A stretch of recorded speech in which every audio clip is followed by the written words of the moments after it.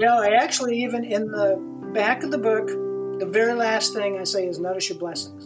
So whenever I autograph a book, I always say in there, in the cover, notice your blessings, kind of like bookends. Because I think the more we notice things in our lives, it sounds really weird to say this, the more we see them, our blessings, the more blessings we'll see. But it's these things are out there, but if we notice things that are good in our life, things that are happening good in our life, which is a good thing to do these days, the more of those good things we'll see. It's like we're looking for them. And as you say, like an Easter egg hunt. You look for one egg, you're just looking for the next one, So I strongly encourage people just to keep looking for the good and then just see where it takes you. Hello, everybody. Welcome to Living the Next Chapter. I have an author with me today with an interesting story. A story that spans outside of the U.S. and Canada over to Germany. A story about adoption and just a wonderful person to talk to overall.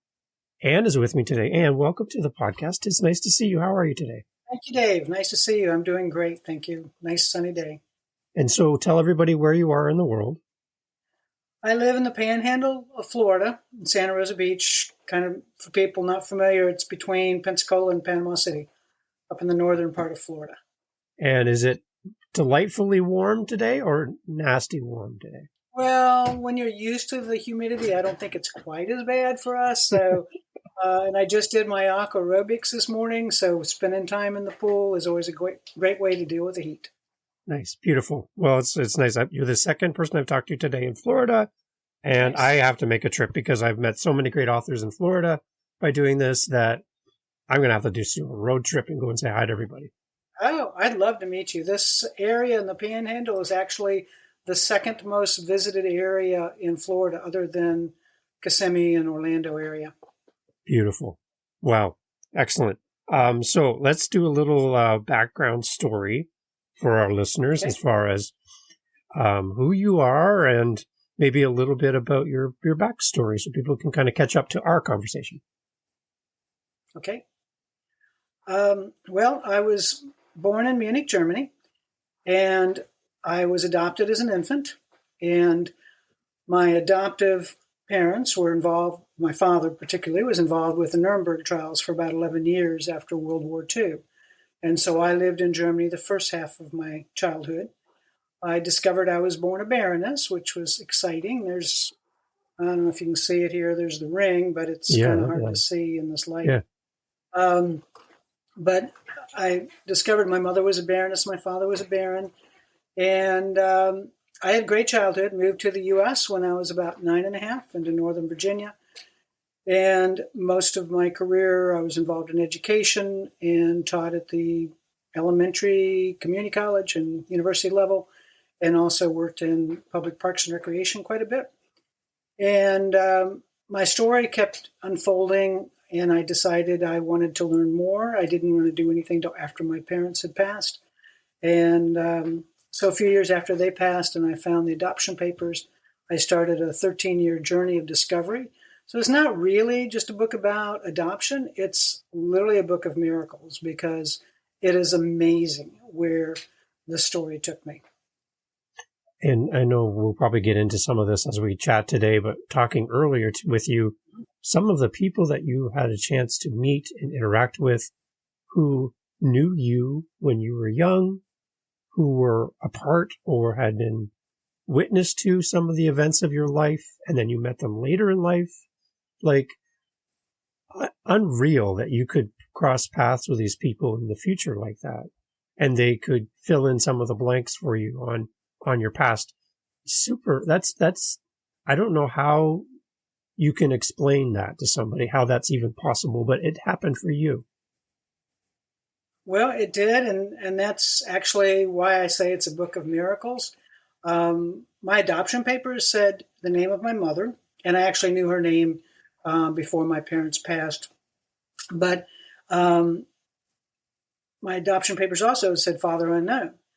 And when I was ultimately able to connect with my mother's side of the family, they had no idea who my father was. And my aunt knew I existed, and that was about all she knew. But about probably 5-6 years after I'd connected my mother's side and run out of ways that I could think of to find my father. There was a lady named Sigrid. She actually wrote the foreword in the book. She was 84 at the time, and she was my birth mother's very best friend. And she knew that I existed, knew I was a female adopted by Americans, but she didn't know how she knew that because my birth mother, never admitted to being pregnant. So she always wondered about me because she knew I lived in the States and I was a female, and she always wondered if she was ever seeing me. Well, she was flying home to the D.C. area one year when she was 84, and she saw somebody on the airplane that she thought, if my birth mother had a granddaughter, would look like this person. So she went home, didn't even take off her coat. It was around Thanksgiving. She Googled my name, or Googled my birth mother's name, knowing she had died 26 years prior. And my name popped up. And so it popped up because I had met my mother's side and I had things on adoption.com. And ironically, this lady, the Sigrid, she lived about 10 miles from where I lived the second half of my childhood near D.C. We could have seen each other in the stores. It wasn't that big of an area at the time. And we actually had a friend in common, really good friends of my parents that didn't know anything about my adoption. And so Sigrid said, why don't you get your German birth certificate? And none of us had thought to do that. So I did. My cousin in Germany helped me to do that. And written in the margin of my birth certificate, about 10 days after my adoption was finalized, my father attested to being my father. That's how I found out who his name was, what his name was. And I started looking about him, and he started the Wooden Church Crusade to build churches all over Western Germany. And my cousin, on my mother's side, had lots of guest books from parties that my grandfather used to have. And my birth father was a frequent guest of those parties. And that's how he knew my mother. And so she had these guest books, and she found his signature in the guest books. And we also kept finding a signature of a Dorothy Crockett and Bill. And so we kept trying to look up what we could about that. And literally through some miracle avenues, I'll cut to the chase, I was able to find Dorothy Crockett in Denver. And Dorothy Crockett was living with my birth mother and grandfather in Germany at the time I was born, knew both sets of parents, took my birth mother to the hospital, and because my grandmother had deserted the family when my mother was 13. So she took my birth mother to the hospital, and she was there when I was given to my adoptive parents. And she was very sharp. She was able to tell me how my parents acted when they received me. She was able to tell me some things about my mother during the labor process, some things about, the culture and the friends and the connections and how that all happened. And I went out and saw her actually a couple of different times, and it was really cool when she called me once on my birthday. And I thought, wow, that was somebody that was there the day I was born. It just was absolutely amazing. And so that was one of the most miraculous things. And in a follow-up to that, I have a chapter in my book that says things that don't fit in the timeline. And one time I was at a Chamber of Commerce meeting in Destin and got talking to a guy who'd been stationed in Germany, he and his wife, and I mentioned a little bit about my story. And very rarely did I mention any names, or maybe a first name. But I mentioned Dorothy Crockett and told a little bit about that story. And he looked at me and he said, I know a Dorothy Crockett from Germany, and she lives in Denver, and I call her Doda. So I went to the side room and called her and said, do you know anybody who calls you Doda? And it turns out she's his godmother. And, Destin's a pretty small town, and so blessings came out of that too, because then he reconnected with her.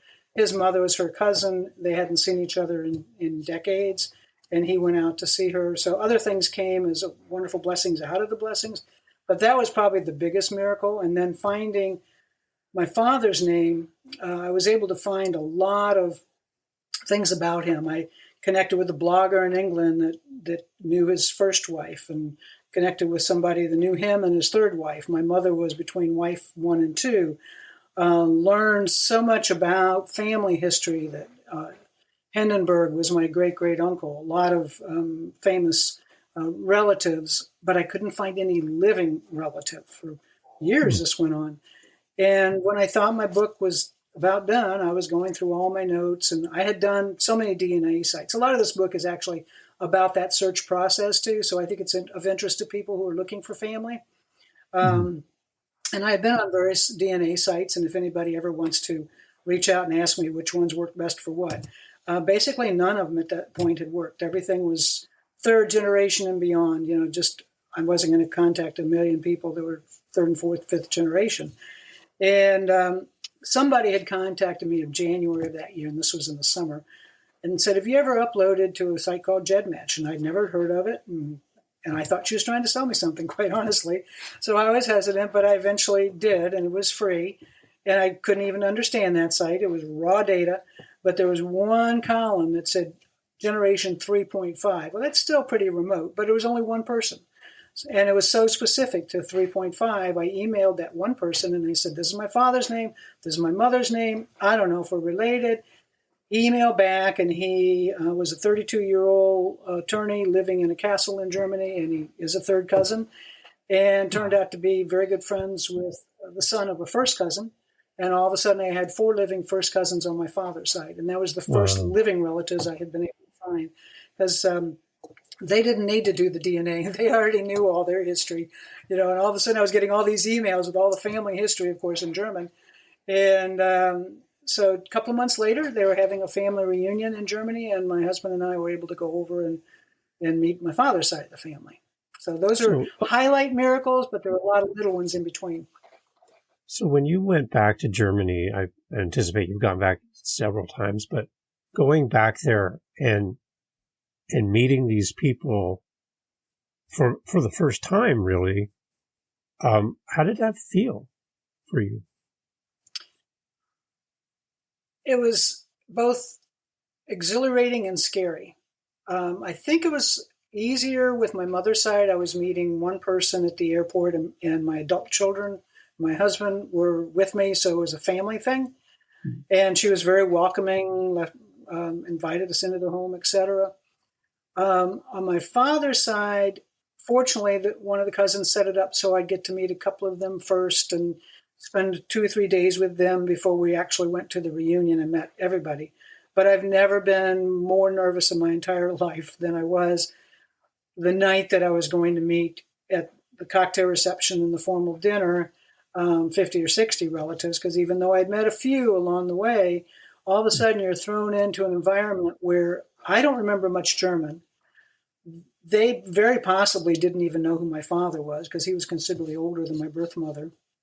And to go in there with this American accent and say, "Hi, I'm your relative, who are you?" kind of thing. And I can't speak enough German to converse. I can get by as a tourist, but not converse like we talk. And I was nervous how I was going to do that, and even with knowing a few people that spoke English, but it was just overwhelming, but it worked out great. So my mother-in-law... one of the things that you probably...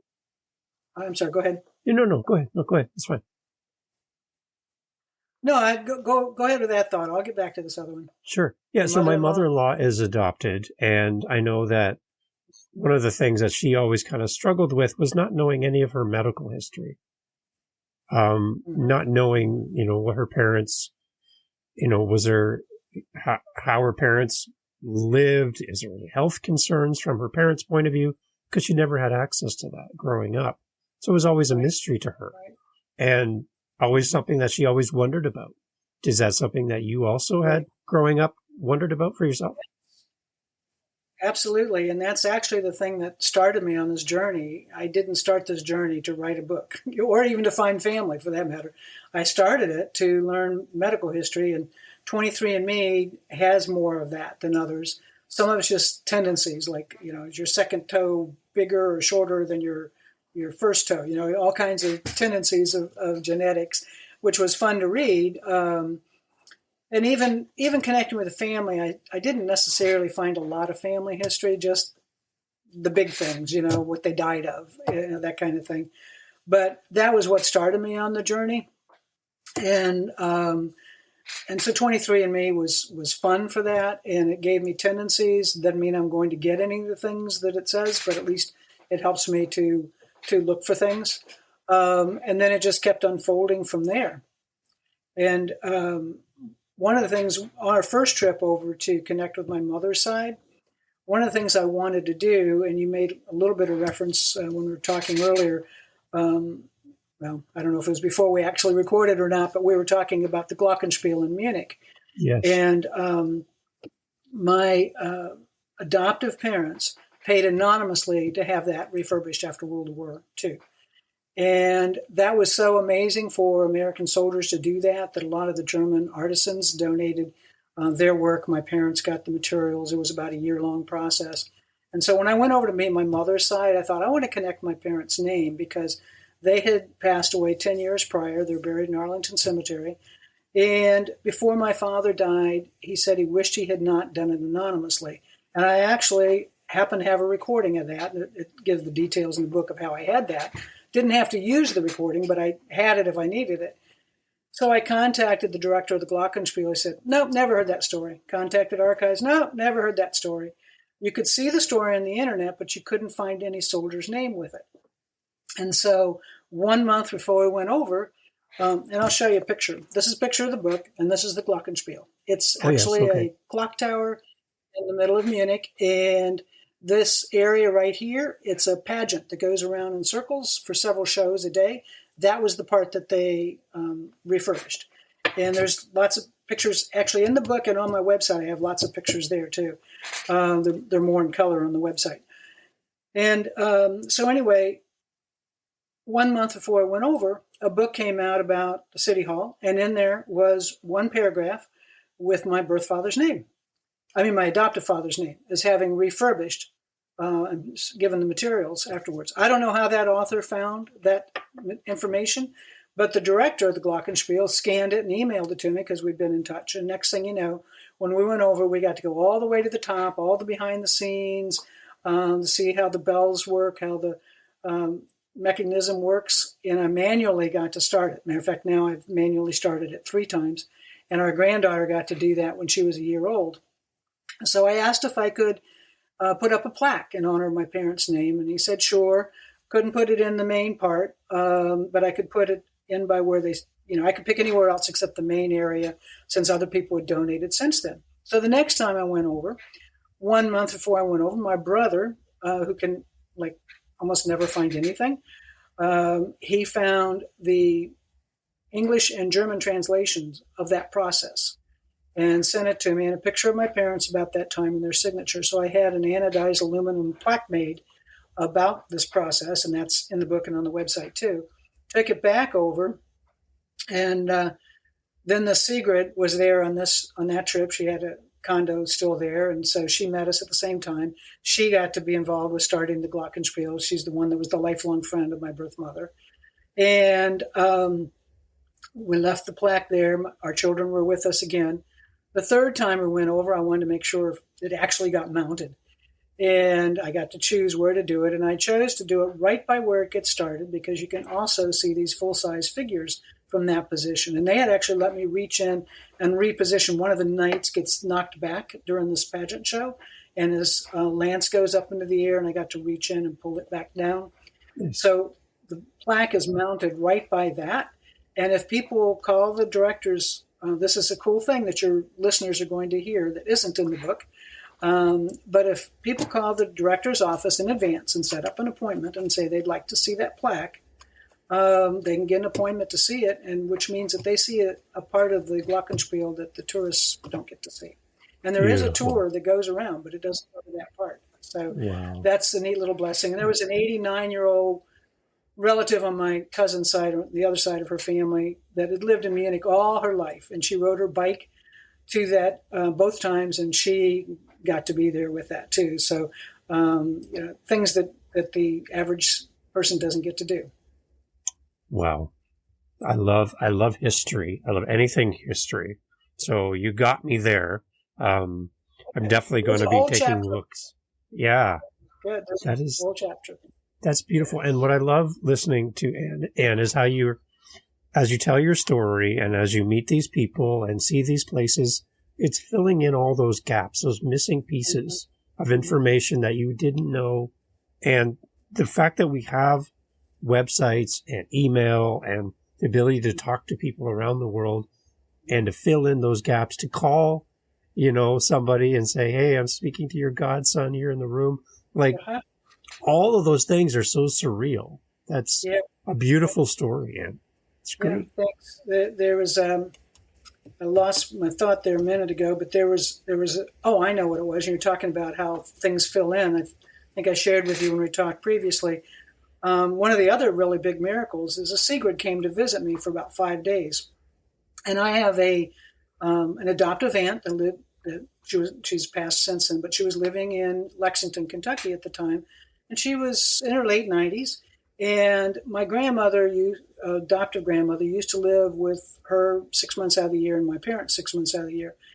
And so my aunt had all the remaining papers and things from my grandmother. And she had been gone for decades, literally. And I had no idea that my aunt found some more of those things at the time that she did. I hadn't even been in touch with her in several years. And she found a diary and some photographs and paintings that belonged to my grandmother. And my grandmother did genealogy, is my adoptive grandmother. So my adoptive aunt, packaged them all up, emailed them to me. Didn't know she had them. I didn't know she was looking. Didn't know she'd even send anything to me. And it arrived during those 5 days that Sigrid, my mother's birth friend, was visiting us. That diary was a 1-year diary, and it was the year that I was born, in 1948. Wow. And in there, she described meeting me for the first time, and I was 4 months old. I always wondered, afterwards, I wish I had asked my adoptive parents more questions than I did. I just didn't want to hurt their feelings. Mm-hmm. But one of the questions I wish I'd asked is, did you ever know who my father was? And even, adoption papers even said father unknown. So in this diary, with my grandmother being a genealogist, she was always writing down names. And deep into the diary, she wrote my birth father's name, the day he was born, and how old he was when I was born. And she did the same thing about my birth mother. So that gave me my answer. I knew that my parents obviously knew my father's name. So that was another one of the little, I call them little God winks and miracles that happened in my story. So when you talk about filling in gaps, yeah, that was a pretty big gap. Wow. So, Anne, as people are listening to this podcast, and interested in your story and in your book, from your perspective, growing up with adoptive parents, is there something that you could speak to adoptees about the process of growing up in that environment, and maybe that search to fill in gaps, and also from adoptive parent's perspective for having adopted and brought in a life into their home? Is there some kind of guidance that you'd give to adoptive parents as well on how to talk about history and to help fill in those gaps from your perspective? Well, I was very fortunate that I had a wonderful childhood. So this is not about any disappointment in that. I was actually the first baby to cross the Atlantic without my parents because they had to send me to the country to prove that I existed. Naturalization processes were very challenging. And imagine after World War II, and then the Germans didn't want their German babies adopted by Americans. And so it was a lot of paperwork. And my parents used to say they had to go through so much more than they would have had to go through otherwise. And I imagine even today, the process, you have to really want a child and love that child to even want to go there, in my mind. Obviously, there are exceptions. My parents handled it beautifully. They always told me this nursery story about a child that had been adopted and loved and chosen and that kind of thing. And then one day they told me I was that child. So I don't know when that was. I feel like I always knew it.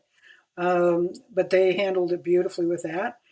And I remember they even had, at least my mother, there was a friend of the family that lived next door that I connected with later in life for other reasons. But she told me once that, and I was probably about 11 or 12 at the time, that she was talking to my mother, and my mother said she was just so surprised that I treated them like they were my parents all along, which they were.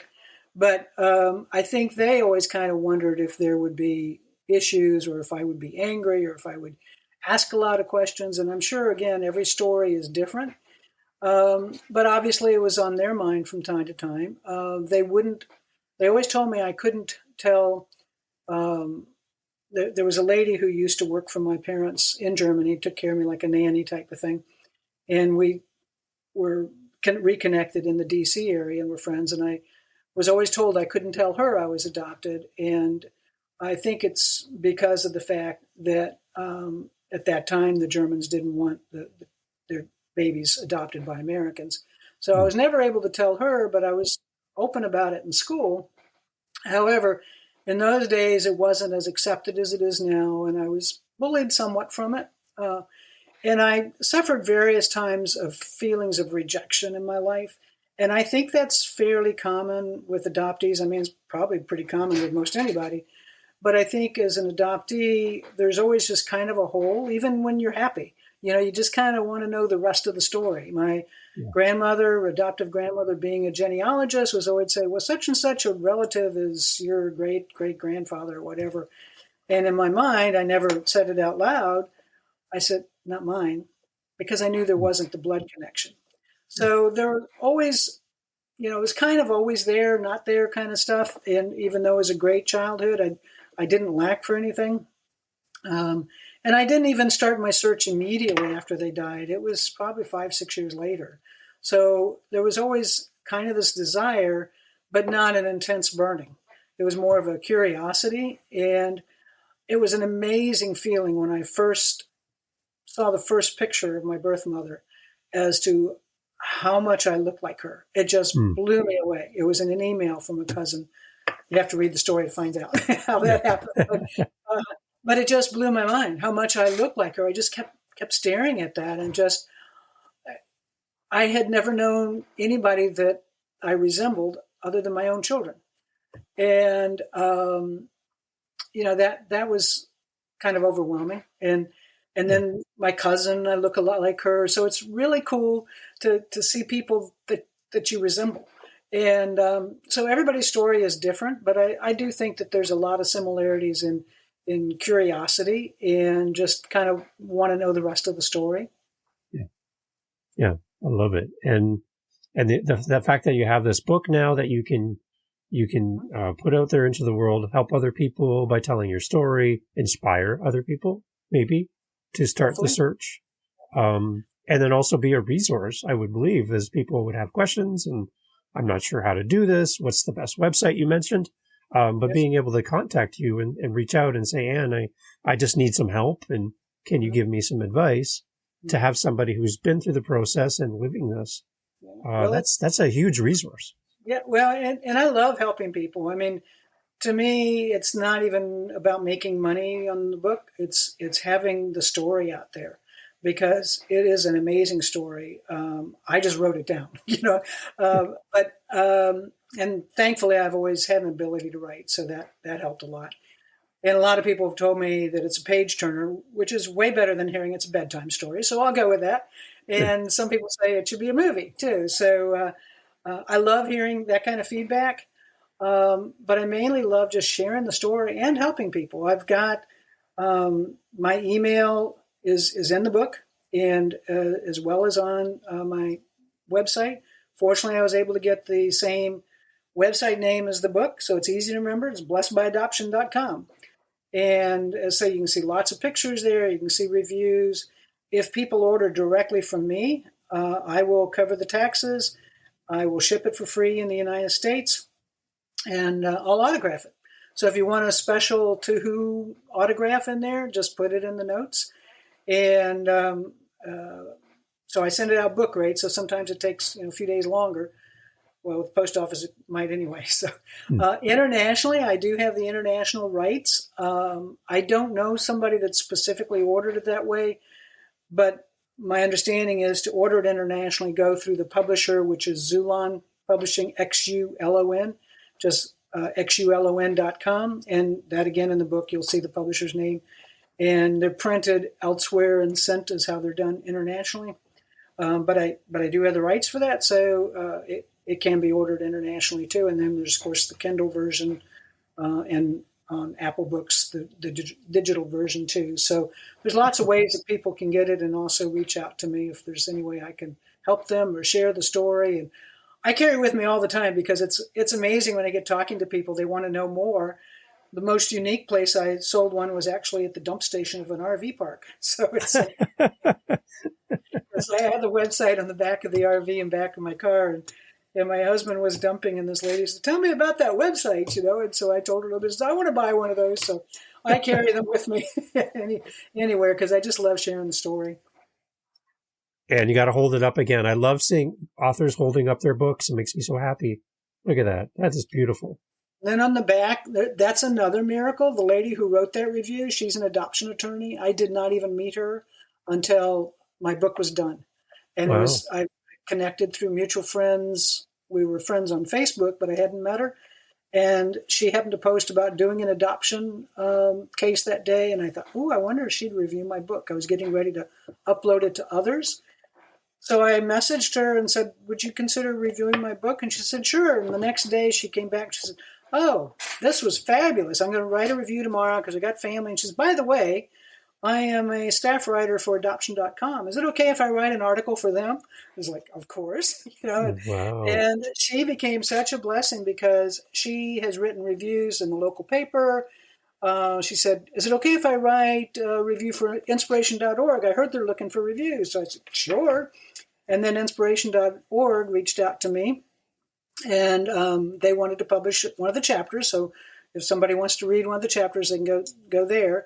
And then they wanted to write a review. So they read my book, and about a year later, they wrote a review about it. So there's like 3 different things on inspiration.org about it. So it's just amazing to see how one thing just keeps on giving. And when people read in there about these ornaments made on the wooden church crusade of my father, they'll be interested in knowing I finally found the 3rd ornament, and they'll read about it, about the first 2 in the book. And then if they want to message me and ask me, how did I find the 3rd one? I'll be happy to share that part too. So it just keeps on going. I love it, Ann. I love it. I love all of the little Easter eggs you've just thrown in front of all the audience listening today.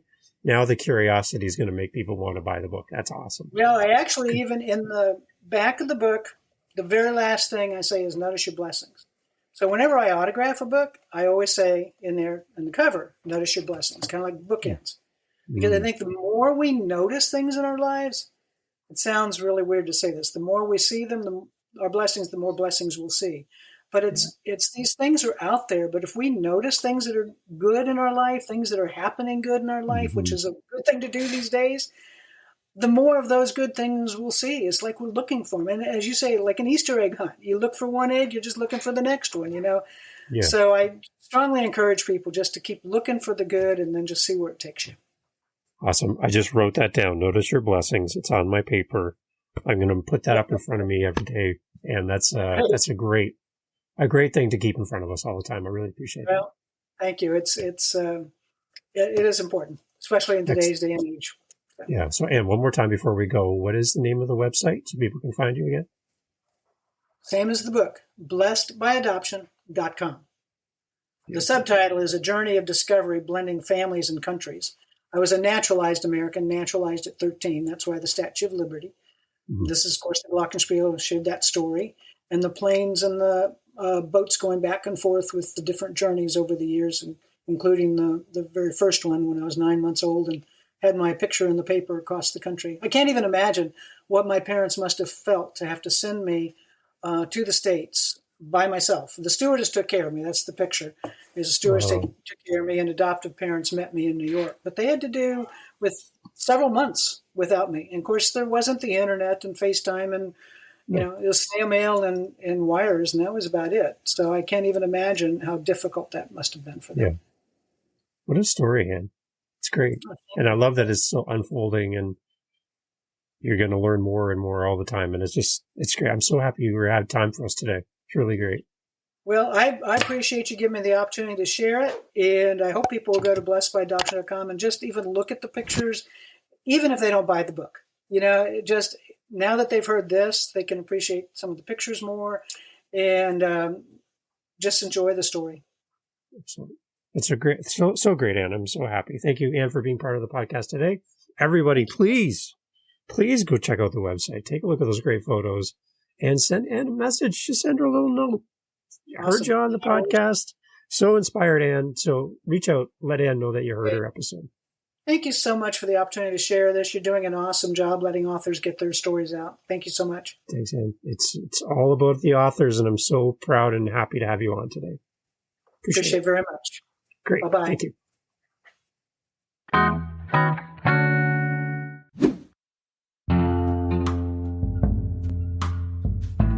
Well, the podcast is over. Thank you for being a part of this episode. If this is your very first episode, welcome to Living the Next Chapter. You can go back in our catalog. You can see some of the past episodes. But if you want to get a sneak peek of what's coming, you want to jump the line? Yeah, I got something for you. Go to our YouTube channel. Again, links are in the show notes and on our website, livingthenextchapter.com, and you can go to our YouTube channel and get the most recent episode way before everybody else. So we're putting this at the end of the podcast because we don't want to tell everyone. We don't want to have a stampede, But we're having some great conversations over on our YouTube channel. You're invited. You've been here this far. You're the one listening. You are invited to our YouTube channel. Go over there and you can see the most up-to-date episodes in real time. Meet you over there. Thanks for listening. Cheers.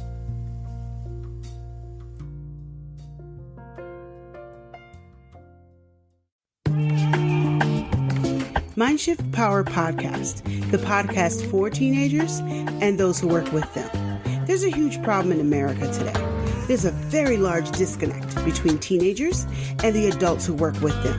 I'm looking to bridge that gap with real, raw, honest conversation, not held back by the chains of political correctness. You cannot solve a problem you do not understand. Want to understand teenagers today? Listen to this podcast. This podcast is for teens in the U.S. and Canada.